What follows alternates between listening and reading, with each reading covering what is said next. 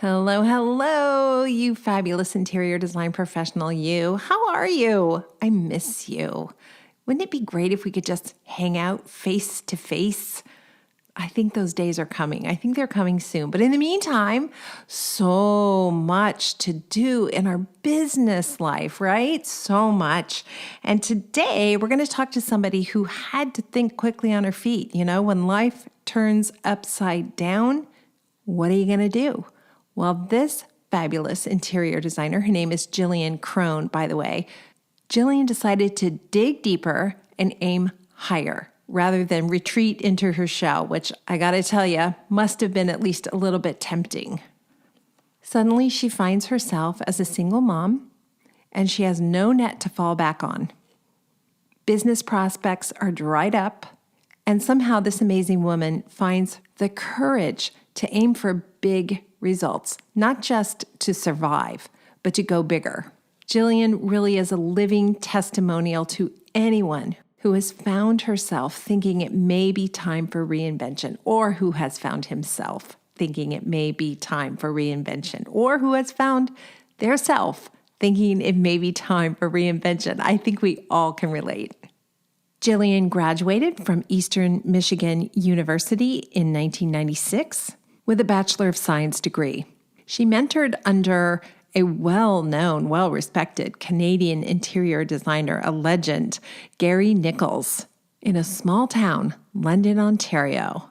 And then in 2014, the unthinkable happened, and her life was turned upside down, forcing Jillian, I guess, to curl up in a ball and hide, which might have been tempting, or to muster all the courage she has and reinvent herself. I'm not sure I could be as brave or go as big as she did right away, but certainly it's inspiring. Jillian talks in this episode about the fact that at first she took the opportunities that came her way, but it wasn't long before she realized she needed to niche and lean into those customers who were ideal for her and where she was going. This year will be her most profitable year yet, and those of you who are Business of Design members, by all means, you're going to want to listen to the members only podcast, because Jillian is going to share her salary history from when she first started working for somebody else to what she made last year and this year. And I think you're going to be pretty impressed, and I hope it will light a fire and you'll recognize that you have what it takes to reach those same goals or higher goals. It occurs to me as I'm having this conversation that Jillian and I actually work in relatively close proximity to one another. She may be my competition at some point, and I better step it up because this woman has game. One thing that really resonated for me, and I bet it will for you too, Jillian mentions toward the end of the episode that for so many years, her big ideas weren't matched by her clients' budgets. How true is that? If this sounds like you, I really wish you would consider Business of Design membership, because we will show you how to unleash those big ideas and offer them to clients in a way that works for everyone. If you're listening to the podcast, that's awesome. We're very appreciative. We would love it if you would rate us, so that would improve our standing. But also, don't deny yourself the real change that happens through active membership. $129 a month, and I guarantee you it will change your life. Your business too. But it's too big to be limited to just your business. Speaking of changing your life, this woman changes my life all the time. Let's check in with Cheryl Horn. And by the way, thank you so much for being here. We really appreciate your support. Cheryl, I'm very excited to go to Australia this week, at least in my mind, because I will be participating in the Byron Bay Retreat, offering 3 seminars to some wonderful BOD members and friends. I'm looking forward to that. And we also have a couple of Zoom events happening. Tell everybody about that, Cheryl. We do. So tomorrow's BOD Live, our monthly member meeting, and we're going to be doing our first book club, and we'll be featuring the E-Myth. So the book that started it all, so whether you've read it or not, we're going to be talking about some of the systems and just the overall foundation of business of design and how it came to be. So you don't have to read the book to attend, but we'd love to see you there. And that's happening tomorrow, March 10th at 1 p.m. EST. I should say this. You really could read the book if you want to. Last time I made it seem like don't bother reading the book. I didn't mean to give that impression. It's a great book. I spent $100,000 on coaching and then read that tiny little book and went, aha, now I understand everything. So it is an important book, I think. And I know so many of our members already have, because you've given it credit, across the board in books and speaking engagements. People know that's sort of where it started for you. So, and then we also later this month, coming up on March 24th, we have our Everything You Want to Know About BOD Boss meeting. It's coming up on March 24th at 1 p.m. EST. And then again, we're going to do it at 9 p.m. EST because we wanted to make sure that we included all of our members. So if you're in Australia, that's actually going to be March 25th between 11 a.m. and 2 p.m., depending on whereabouts you are. But we want to make sure that everyone was included in that. So we've been getting some amazing applications, but we've also been getting some questions. So we just sort of wanted to head that off and make sure everyone has all the information they need. One way to think about your BOD boss level membership is inheriting a board of directors and a CFO to push you to the next level. That's a really succinct way of thinking about this level of membership. Yes, and the CFO is somebody that we finally just, secured for this position. It's been on our list for a long time, and we finally checked that off the list. It was sort of the final piece to put these boss groups together. So now we just need our members. So again, March 24th, all of the details are on the website. So make sure you sign up. You do have to register. Let me emphasize that. It is a Zoom meeting. I know our members are used to just, clicking a button right in their dashboard to join the BOD Lives. But our BOD boss meetings, you do need to register for. So please head to the website to do that. Okay. And again, March 24th, 1 p.m. EST, 9 p.m. EST, wherever you live in the world, go to World Time Buddy and check out the correct time for you. Okay, Cheryl, looking forward to seeing you tomorrow and talking eMyth. Sounds good. We'll see you then. Bye. Welcome to the Business of Design podcast with Kimberly Selden. Business of Design is the world's best business training for interior design professionals like you. We have the systems, strategies, and protocols you need to consistently satisfy clients, increase profitability, and run your projects like a boss. Unlike traditional coaching, BOD is a fast track to immediate results.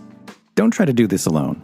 Join today and you'll have access to hundreds of targeted training modules, plus member perks like BOD Live events, member-only podcasts, preferred pricing, and the support of an engaged community of peers. We all know design matters.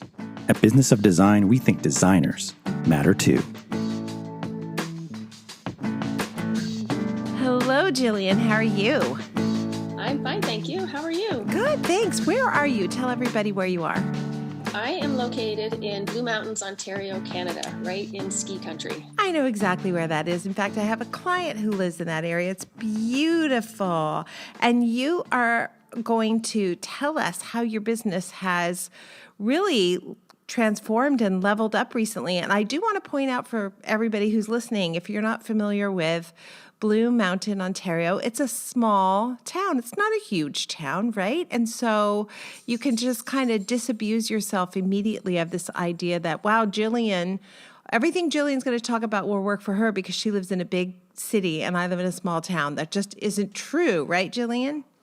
That's correct. It's quite small. I think, I don't know the total amount of people, but we've very little to do here. We're right at the base of the mountain, which is fun, and right in the heart of ski country, not too far from cottage country. And that's why I relocated here, was one, for lifestyle change, and two, just to focus on chalet design and lake house design. And so is part of what you're going to tell us today, part of your success in terms of taking your business to the next level, about developing a niche and then really digging into it? 100%. I was originally just west of London, Ontario. And in London, the economy really struggled after the last recession. And we were actually having to travel to cottage country, which is about 2 to 3 hour drive one way, just to secure work, and then driving back to London. And I realized that as my children were getting older and their activities got more demanding on my time, it wasn't really logistically possible to be able to work and still go and get kids to school and to activities after school. So I started looking at where I thought a potential market would be and where my talent in what I like to do would best service that area. And it really came down to cottage country and chalets. And so I relocated, bit of a gamble, not sure. I was leaving an area where I had worked with a firm since before graduation, and I never had to market. Everybody knew who I was because I worked with Gary Nichols at Nichols and Associates. And when I went out on my own in 2006, never even occurred to me to market because that's just everybody knew who I was. And then suddenly here I am, fast forward a few years later, in an area where nobody knew who I was. They didn't know my credentials. They didn't even know my name, nothing. And ironically, just talking with different people up here in the ski community and whatnot, I started expressing that, I was finding it hard to find work and I didn't really know what to do. And one of my girlfriend's parents are real estate agents, and there was a massive real estate conference that was being hosted in Blue Mountain in 2 weeks. So they said, you should really do a booth. And I said, a booth? Like, I'm an interior designer. What are you talking about, a booth? I go to trade shows. I look at booths, but how would I do a booth? They said, well, just show your work and rent a booth. There's a lot of real estate agents coming across the country, and it's all high end, and it would be a really good market for you to get some name recognition. So in 2 weeks, I designed my logo. I created a portfolio presentation of all of my work.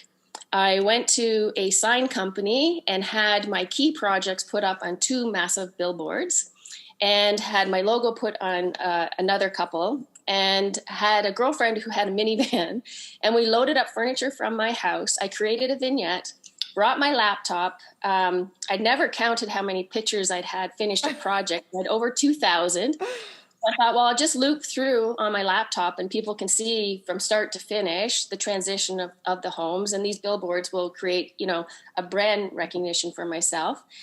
And it was amazing. Like, I had lots of interest and a lot of people come by. A couple of real estate agents wanted me to do their own homes. Some of them asked me if I would do staging.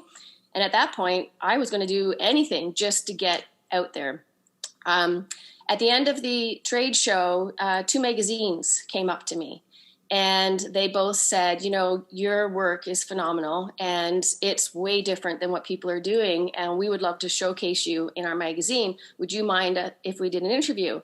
I was like, sure.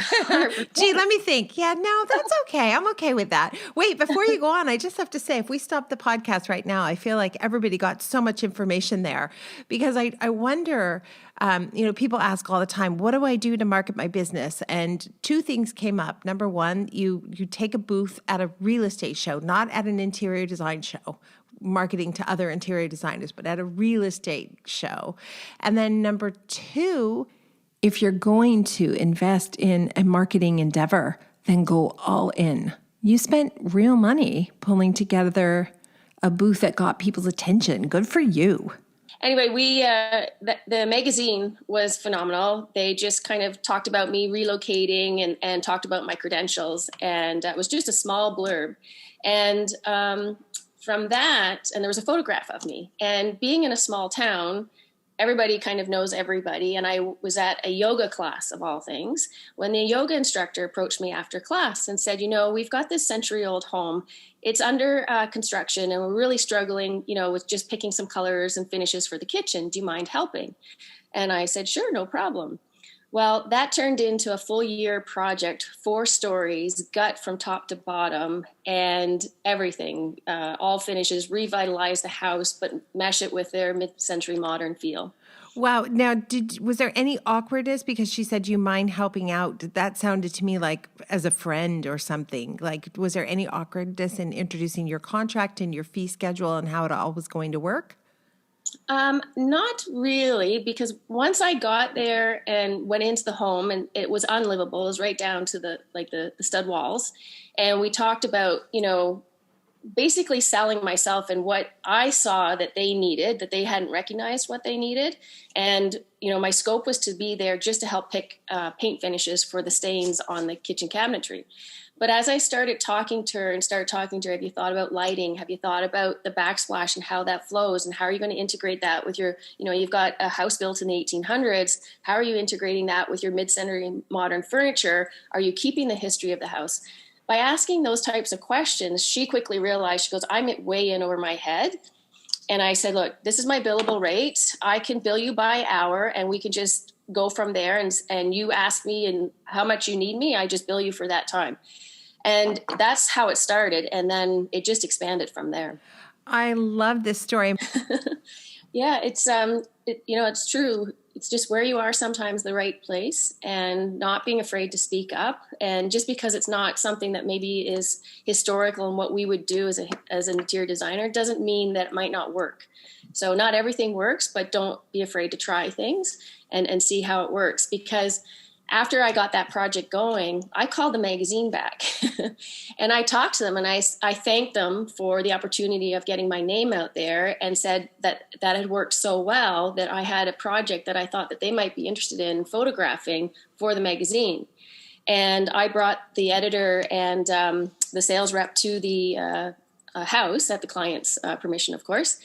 And they walked through and they said, oh my gosh, like 100%, we'll do a 10-page spread. We'll talk about your company. If the clients would love to be interviewed, we'd love to interview them. And so that's how it started. And it's expanded from there. And with kind of trying to always think like, you're a small business. I'm a single mom. I don't have a ton of money to spend on marketing. So I have to be really smart about what I choose and what I don't choose. And there has to be a return on my investment, like not just throw money away at marketing, because you can get sucked down that rabbit hole as well. You certainly can. And it's really sad. We see so much of this through Business of Design membership. New companies sprouting up overnight to assist interior design professionals with marketing and yielding little to no results. Before you make a big investment like that, you might want to talk to everybody in our private Facebook community, because chances are somebody else has already tried it and can give you the inside scoop. You might save yourself thousands of dollars. That's one of the benefits as well of membership, right? 100%. So you go to this new town, you know nobody virtually, you have no name recognition, and you have the good sense and the foresight and the willingness to work hard to get this booth up, and that opens a whole bunch of doors for you. And so I assume business started chugging along a little bit, and you reached a certain level. Describe what that level was like, and then tell us what happened and what's going on with you now. Well, it started to be that I was having, my projects weren't just being a kitchen or a bathroom anymore. They were being whole homes. And obviously, as you start expanding to that amount of work as one person, you just don't have enough hours in the day to do all the work to get it done. So I actually reached back out to Nichols & Associates in London and found out that my mentor had actually retired. And some of the staff that I had worked with while I was there had bought the company. And I said to them, I am swamped right now. I really need some junior designers. If I can just get some sketches that I can pass off and get some of this work churning and going quicker. So we actually did that. And in the midst of doing that, this gentleman knocked on my door one day and said, came with plans in hand and said, I bought this house, or I'm thinking about buying this house on the water. And I'm looking for a designer. And I just thought I would, I checked you out in the magazine. I thought I would ask you if you'd be interested. So we kind of looked at the project and I said, sure, that this looks like it would be great. And he goes, okay, I'm just looking for furniture and fresh paint and maybe hardwood flooring. And let me guess. Yeah. And then the next thing was I realized that just showing him a CAD floor plan, he had no idea, even with all the pictures of the furniture, all the sample colors, everything laid out for him. He couldn't picture it at all. So I realized at that point, we were going to have to do an entire interior of the house in full color 3D modeling with the actual furniture and the light fixtures and the kitchen details. And at that point, I realized that this was not my everyday client, and this was probably going to be once in a lifetime client, and I should take a risk and do everything. Like, let's design the kitchen cabinetry. Let's show him what his tower room can look like. Let's knock this out of the park and see, where we get from it. Well, our $300,000 budget climbed to $3.5 million. And we have gutted the entire house. He's doing all the cabinetry, all the designs, all the customer furniture, custom rugs, you name it. Now it's evolved to the outside. There's 6 cabins on the property. And yesterday he's like, I'm thinking that that's going to be the next phase. So in that, we're now up to a team of 8. And I am desperately looking for office space in town because my projects have grown so much. I have 30 binders on my dining room table, and my poor kids can't sit for dinner at our kitchen table anymore. So it's exciting. It is exciting. And what a fantastic time to be looking for office space. Like, of all the years that you might think about looking for office space, this feels like the one where you're really going to have your pick. What are your plans now that you have taken on this kind of almost like a whole new level of client? Are you going to target that particular type of client? Because there's going to be, as you said, a lot of new people moving in and a lot of different client ranges, client personalities and budgets. What are you going to focus on? We are going to focus on the top tier. And the reason being is just we have an all-female team that is very talented. And our biggest problem is that our ideas have been grander than what our clients' budgets have been. And so it's been years of pulling back. Where I'm lucky that I did come here when I did, because there is that market that is that top 1%. There's quite a few, per capita here, and they're multiple homeowners, and they really just want to have this house done top to bottom. Live in their other homes, come up and enjoy it either as a lake house or as a ski chalet. And that's what I specialize in. And it's fun. I'm hoping that when we get this next lake house photographed and the community that he's integrated in, that we'll start getting networked into that community. Absolutely. And I think you have the personality and the the personality and the drive to go after it. I hope so. Jillian, tell us your website and Insta handle so everyone can stay in touch with you.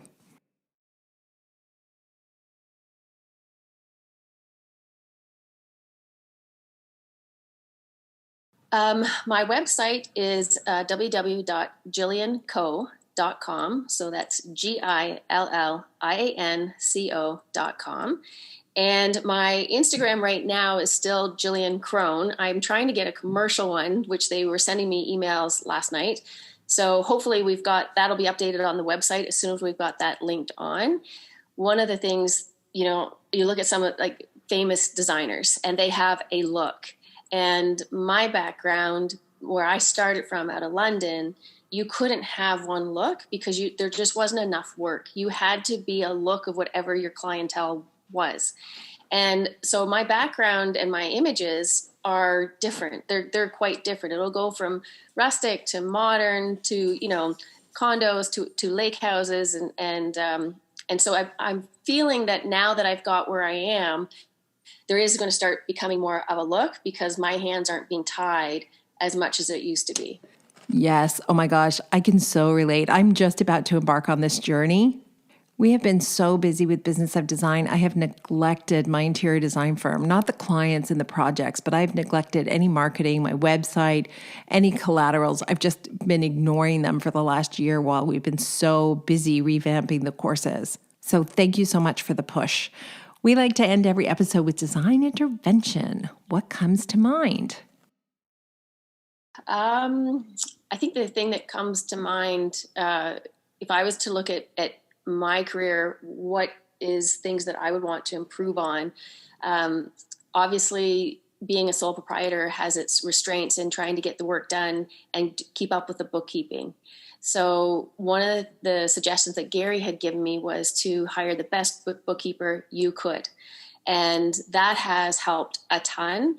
Oh my gosh, yes. Do not hesitate for even a second. Hire a bookkeeper. And if you can use that bookkeeper on projects, oh my gosh, it will change your life. And don't worry, you'll still have plenty of hard work to do. 100%. It's fun. It's got its bumps along the way, but at the end of the day, I love what I do. Yeah, thank you. It really comes through. You can really tell that. Thank you so much. Thank you for having me. Good luck finding a space, too. Fingers crossed. Thank you for being part of the Business of Design community and supporting BOD's mission to improve the industry one design business at a time. It's time for you to take the next step and join Business of Design. Like thousands of design professionals in 50 countries around the world, you'll find the systems, strategies, and protocols you need to dramatically improve your business and transform your life. What are you waiting for? Start today